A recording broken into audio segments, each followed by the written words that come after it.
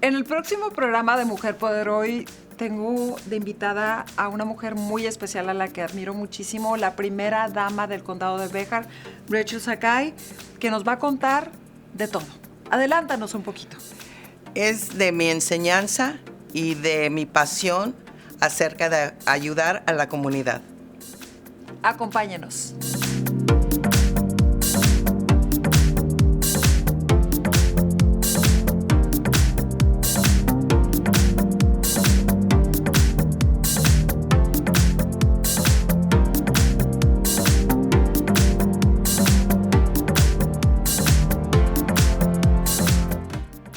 Hola, ¿qué tal? Les saluda Teresa Garza. Bienvenidos a una edición más de Mujer Poder Hoy.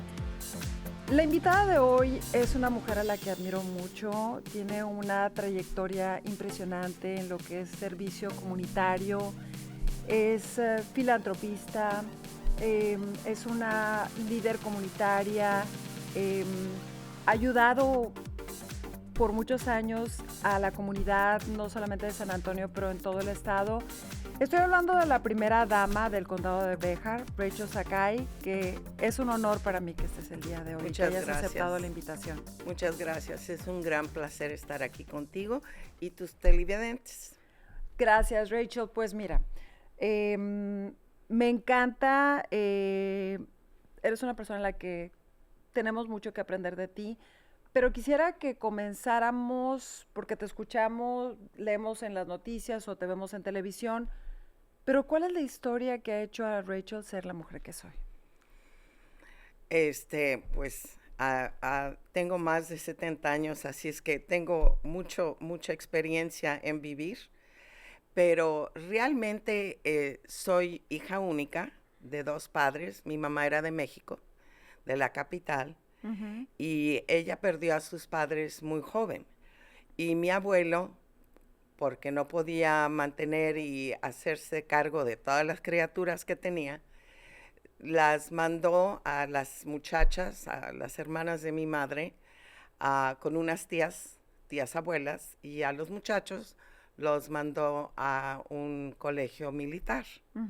Y él hizo de su vida con los hijos que venían a visitarlos. Y mi papá era de Puerto Rico, pero él creció en Nueva York. Okay. Y se conocieron en México durante la aptosa, que es Mad Cow Disease. Y en el ejército, mi papá lo mandaron a México para ayudar. Y en ese entonces, mi mamá, después de trabajar, ayudaba a su hermana mayor a cuidar a los niños como niñera. Y estaban teniendo una cena, ella y su esposo, con uno de los militares, y uno de esos señores era mi padre. Y notó que mi madre estaba con los chamacos, y dijo, ¿y quién es esa muchacha que está ahí con tus hijos en el jardín? Y dijo, mi tía Guadalupe dijo, es mi hermana, me está ayudando. Y de allí se conocieron y se casaron en el 1949. Wow, mira, se me eriza la piel porque parece como una historia de película. Sí. ¿Y entonces vinieron a vivir acá? Realmente no. Mi padre, como estaba en el ejército, estuvieron en Oklahoma y en California. Y mi abuela, cuando ella se divorció del padre de mi papá, se casó con un señor también de Puerto Rico, pero ellos fueron a vivir a Nueva York y él trabajaba por los puertos. Así es que lo mandaron, como él sabía español, lo mandaron a Laredo, Texas. Y mi abuela padecía mucho del corazón y dijo, tengo que ver a mi hijo, mi primer hijo, que es mi padre. Y dijo, antes que me muera tengo que verlo. Y vinieron a visitar y mi abuela, como la persona indicada, les dijo, no te puedes ir, aquí te conseguimos un trabajo. Wow. Y se fue a la reserva, que había un equipo de reserva militar en Laredo. ¿Y tú naciste en Laredo? Y yo nací en Laredo. Wow. ¿Y cuál fue tu experiencia de crecer en la frontera? Realmente, nosotros, mi mamá era de México Ujú. y ella había sido educada por las monjas Ujú. en el colegio hasta la secundaria. Ujú. Y mi padre estuvo en colegios en Nueva York. Y en ese entonces eran muy estrictos, pero sumamente cariñosos y eran de los que querían darme experiencias Ujú. de la vida. Entonces tú también fuiste a un colegio privado. Sí, hasta el octavo. Ujú. Y un día, la superiora le mandó una nota a mis padres y dijo, tenemos que hablar con ustedes, porque era yo muy traviesa. Ajá, no te creo No, sí, eso. era yo muy traviesa y dijo, porque tenemos que hablar con tus padres. Y en ese entonces no se acostumbraba que uno hablara español. Ujú. Y como estábamos en la frontera, muchas de las alumnas cruzaban el puente diario para venir a las escuelas públicas y privadas para aprender el inglés y Ujú. mejorarse, ¿no? Tener Sí. una educación a otro Ujú. nivel. Y cuando veía yo que mis compañeras de clase necesitaban ayuda, pues yo les traducía. Qué lindas. Y nos cobraban, cada vez que nos pescaban hablando español, nos cobraban un centavo. Las Y monjas sí, o... las monjas, no eran Wow. las monjas. Y eso era la costumbre, porque no queríamos que nosotros habláramos el español. Fíjate que se me hace muy interesante esto que estás comentando ahorita, porque a veces pensamos, por ejemplo, hay personas que vienen a visitarnos, yo ya tengo más de 20 años de estar aquí, pero vienen a visitarnos de México y dicen, bueno, ¿cómo esta persona no habla español? Pero existe una historia, Sí, exacto, no permitían. sí. Y lo mismo le pasó a mi esposo Peter, porque ellos no practicaban el japonés. Oh, wow. Así es que ellos nada más hablaban inglés. Entonces llegaron mis padres a la oficina de la superiora y dijo, ¿qué es el problema? Dijo, tengo que hablar con ustedes muy seriamente. Y Oh. mi mamá dijo, ay, ¿por qué tenemos que hablar? Dijo, pásenle. Y mi papá dijo, si vamos a hablar de Raquel, tenemos que ella incluirla en la conversación. Mm. Y mi madre se veía que estaba muy afligida porque a las monjas no se les dice no, Oh. o se les pregunta algo, ¿no? Ajá. Entonces entramos y la razón que me habían castigado, porque yo vivía castigada, es que hablaba yo el español. Y le dijeron, y ella tiene una cuenta que ya está muy, Ya debe más de 100 ya debe dólares. mucho dinero y queremos que ustedes le expliquen por qué es importante. Mi padre se paró, se sacó todo el cambio del bolsillo y de su cartera y les dijo, aquí está el dinero y cuando se acabe de pagar esto, si ustedes necesitan más, porque ella no le van a parar de hablar su idioma madre. Wow, bravo por tu papá. Wow, y tu mamá. Qué Sí, belleza. Por eso eres la mujer que eres hoy. por algo. Por algo. Sí. Qué lindo. Ahora, estando creciendo en escuela católica o de monjas, em, también de alguna manera, como además de lo del idioma, ¿encontraste algunas otras razones para poder ayudar a la comunidad? Cuando yo estaba en la secundaria, en sexto a octavo, Ujú. este, yo me quedaba en el convento hasta que mis padres podrían venir a recogerme después que trabajaran. Y oí a las monjas, antes que vinieran mis padres, que necesitaban recaudar fondos Ujú. para la nueva biblioteca, porque Ujú. habían fincado una nueva Ujú. escuela en un terreno que se les había donado.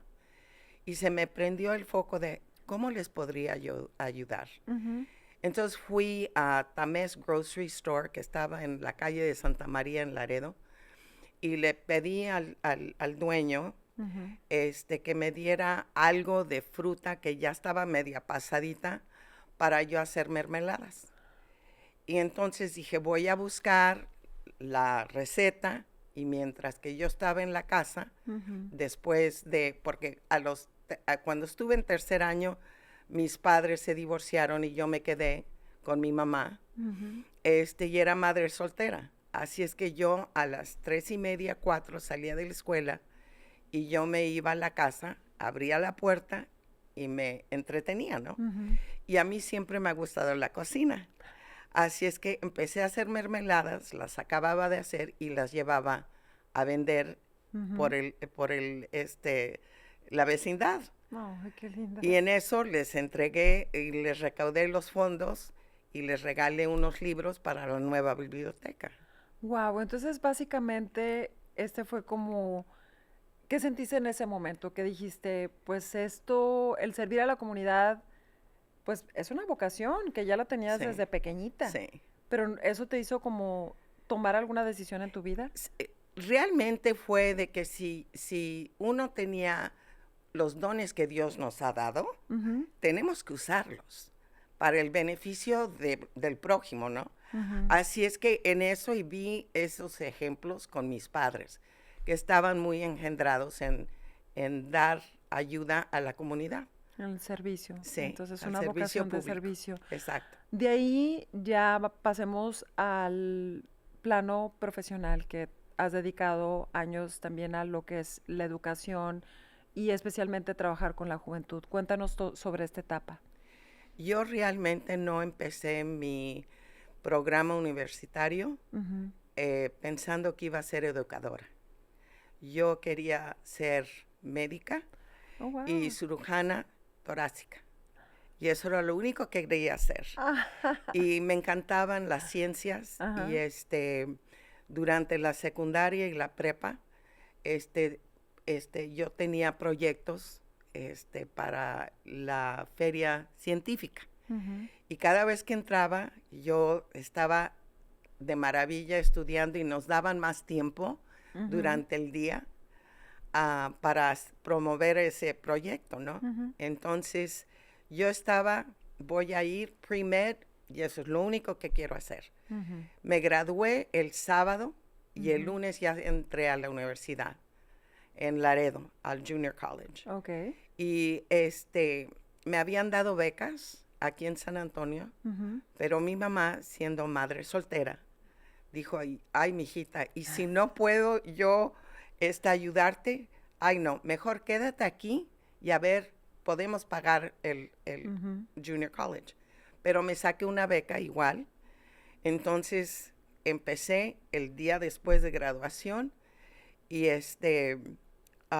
cuando realicé que tenía que tomar química orgánica, dije, aquí le paro lo de médica. Así es que le pregunté a familiares y a personas que me motivaban, Ujú. maestros, profesores, y les dije, ¿en qué me ven?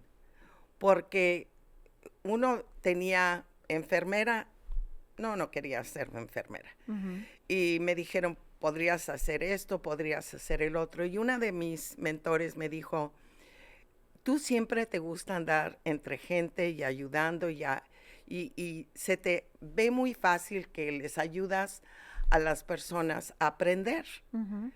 Dijo, ¿por qué no buscas algo como educadora o consejera? Y en ese plan empecé Ujú. y me gradué en 3 años de la Universidad de Texas A&M en Laredo. Ujú. Y Felicidades. me vine a San Antonio para sacar mi maestría Ujú. en psicología y en ser consejera. Qué belleza. En- Ahorita quiero como venirnos al tiempo actual y decirte, escuchando tu historia, ¿alguna vez te imaginaste que ibas a ser la primera dama del condado de Béjar? No, aunque honestamente me encanta la política, Ujú. cuando conocí yo a mi esposo Peter, Ujú. él era fiscal Ujú. y él estaba en el fiscal del condado. Y yo le pregunté una noche, le dije, ¿y qué son tus metas de 5 años en adelante? Y me dijo, ¿cómo que metas? Le dije, sí, tienes que saber a dónde vas y cómo vas a llegar a esa meta. porque mi mamá me decía, tienes que hacer castillos en el aire. Así es que Qué decía belleza. yo, ok, si tienes Ujú, esa vocación de ser abogado, en ese entonces era o persona elegida, ujú. donde los votantes decían, tú vas a hacer llenar esta posición, o vas a ser profesor o vas a ejercer en un bufete, o como Ujú. ahorita que estás trabajando por el fiscal. Entonces me dijo, ay, ¿y tú tienes metas? Y le dije, realmente Qué lindo. tengo plan A y plan B, porque mi madre y mi padre siempre me decían, no nada más ponte a pensar lo de ahorita, tienes que pensar en el futuro, Ujú. porque eso es siempre como vas guiando tus decisiones y tus proyectos, ¿no? Wow. Así es que en eso, y cuando empecé, que él me dijo, quiero correr para juez, Ujú, ah, y cuando lo apuntaron, lo nombraron como juez de la Corte de los Niños. ujú. Este, yo me excité mucho porque sabía que tiene esa pasión para Ujú, ayudar a los niños y a las familias. Y como era una corte civil, ujú. trataba diferentes casos y eso era muy fascinante para mí. Qué lindo. ¿Y cómo lo has apoyado y ayudado de manera así? Como danos algunos ejemplos. Yo soy la que coordino la campaña política. Ujú, Cuando tenemos varias consultantes, yo soy la persona que maneja el bufete de personas que nos ayudan. Este, Así es que eso me encanta ver esa coordinación a llevar a cabo la campaña. qué maravilloso que trabajen como equipo. Ahora, ¿siempre están de acuerdo? No, como cualquiera dos personas, tenemos diferentes modos de hacer cosas, ah, Pero tienen un objetivo común. pero el objetivo y lo que queremos llevar a cabo siempre es igual. Ujú. Así es que el cómo llevarlo a cabo es donde hay veces tenemos diferencias de opinión. Lo someten a votación, ¿no? No, qué belleza, la verdad admiro muchísimo porque, por ejemplo, este programa, la plataforma es como empoderar a las mujeres, pero al mismo tiempo es darle su lugar a los hombres. Esto no quiere decir que somos más ni somos menos, pero somos un complemento. Sí. Entonces, hablando sobre esto, dos cosas. ¿Qué es para ti el empoderamiento femenino? Y, por ejemplo, ¿cómo consideras que actualmente estás ayudando a empoderar a otras mujeres en la comunidad? Realmente se me hace como lo que muchas veces yo oía a mi mamá, sus comadres, se Ujú. apoyaban, Mm. se unían para ayudarse y para darles ánimo Ujú. en lo que fuera. Y yo creo que ese es el empoderamiento para las mujeres, es un sistema de hermanas para llevarse a cabo lo que ellas tengan. Y el empoderamiento de las mujeres es que ellas pueden tener su estima, Ujú. poder decidir qué es lo mejor para ella misma Ujú. y para su familia, sus hijos, su familia. Y además se me hace que lo que es necesario es darse su lugar en el mundo donde todos tenemos que convivir y eso es la unidad. Y yo creo que es importante, como dices tú, como si tú ni siquiera crees en ti mismo, pues cómo va a creer las Exacto, demás personas en ti. exacto. Ahora, también sé que apoyas organizaciones no lucrativas. Háblanos sobre esto. Bueno, esa experiencia empezó cuando tuve 18 años, Ujú, porque parte de una de las becas que me premiaron era que tenía yo que asistir a la mesa directiva de Community Action Agency en Webb County, en el condado de Webb, que era en Laredo. Y yo nunca había ido a esas juntas con gente de mucha plomo, de mucha categoría, y yo era solamente una alumna de la universidad. Y parte de esa beca era asistir a esas juntas. Y empecé a notar que los proyectos que llevaban a cabo eran para mejorar la comunidad. Y me interesé mucho. Y cuando estuve en el distrito escolar de Harlandale, me hicieron ejecutiva de la fundación del distrito. Y el que me sirvió como ejemplo y me apoyaba, me dijo que tenía yo que seguir adelante y promover la fundación y sacar dinero, recaudar fondos de la comunidad. Y empecé a ver que no me importaba yo pedir dinero, y sencillamente si me decían no, regreso el año que viene. Qué padre que Sí. hacías eso, y sé que lo sigues haciendo. Rachel es muy sencilla, pero este año fue nombrada Women of Influence por el YWCA, precisamente por tu servicio comunitario, por tu carácter altruista. Entonces, por ejemplo, en el caso de organizaciones como el YWCA, ¿de qué manera las apoyas? Depende de la organización en que me pongo aliada, como una aliada. Hay veces es repasar reportes para poder comunicar el impacto de esas organizaciones. O sea, tienes una visión sobre Sí. las cosas. Y solamente cuando tienen que aplicar para fondos, ya sea local, estado o federal, les ayudo en repasar esos propuestas, ¿no? Y también cuando tienen eventos para recaudar fondos, me encanta ser parte de eso, de la subasta, de cómo promover el mensaje de poder recaudar fondos. Eso siempre me ha dado mucho, mucho placer, y me da mucho orgullo que puedan promover los programas con esos fondos que podemos recaudar. Es importante que mencionas ahorita el poder ayudar a otros, porque a veces pensamos que porque estamos un poquito limitados en nuestro presupuesto no podemos ayudar a otros, pero sí se puede, ¿verdad? Exacto. Yo desde chica, mis padres y todo mundo que me ha ayudado a seguir adelante, siempre han dicho, no es el dinero ni la posición, pero es la actitud y el querer ayudar. Porque hay veces uno dice, yo no tengo suficiente, pero realmente si uno puede ayudar a un prójimo por los dones que Dios nos ha dado, con eso basta. Hasta con escuchar. Ahora, se nos está yendo el tiempo muy rápido, pero me encantaría que compartieras alguna anécdota con nuestros televidentes, especialmente algo que inspire a las mujeres que tú pudieras haber pensado, no lo puedo hacer, y digas, lo estoy haciendo ahorita, lo logré. Sí, hay veces la motivación puede venir de varios lugares.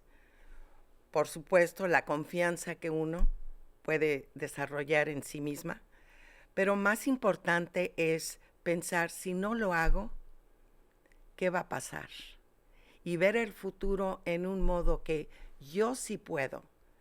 Y es esa motivación que uno piensa dentro sí, de su alma, eso es. Ay, me vas a hacer llorar porque me encanta escuchar tus mensajes, de verdad.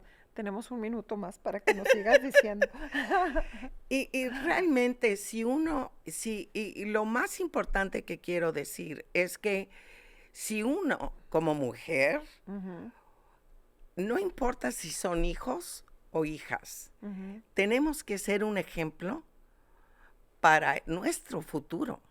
Porque si no invertimos ese tiempo y esa enseñanza, entonces no nos podemos quejar. Y no sentirnos menos porque somos mujeres de color. Exacto. Yo creo que es importante eso también. Exacto. ¿Algún mensaje que quieras compartir que te haya dicho tu mamá para terminar el programa con... Realmente dos cosas. Uno es, nunca pienses que no puedes. Si fallas, aprendes por esas fallas. Y segundo, castillos en el aire. Con ese mensaje maravilloso de castillos en el aire y básicamente que sí podemos, agradecemos muchísimo. Muchas gracias. Es un verdadero honor, yo aprendo mucho de ti todos los días, de hecho aprendo de todas las mujeres con las que platico, así que muchísimas gracias y gracias a todos los que nos han acompañado en esta edición más de Mujer Poder Hoy. Yo soy Teresa Garza y buenas noches.